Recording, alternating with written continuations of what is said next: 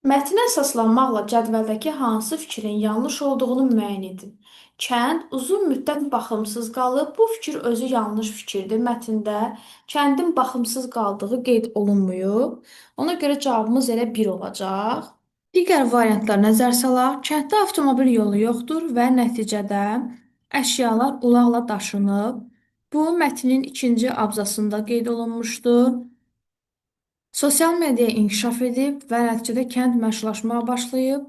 Bu fikir mətnin dördüncü abzasında qeyd olunub. Sosial media dövründə Kolovelli Britaniyanın ən çox fotoşəkil çəkilən, ən çox video düşən kəndlərindən biridir. Turistlər kəndə gəlir və nəticədə bu yerin mədəniyyəti, mətbəxini tanıyırlar. Bu da mətnin dördüncü abzasında qeyd olunub. Klovelli ofsunlu gözəlliyə sahibdir. Bu isə mətnin girişindədir. Nəticədə onun real olduğuna inana bilmirlər.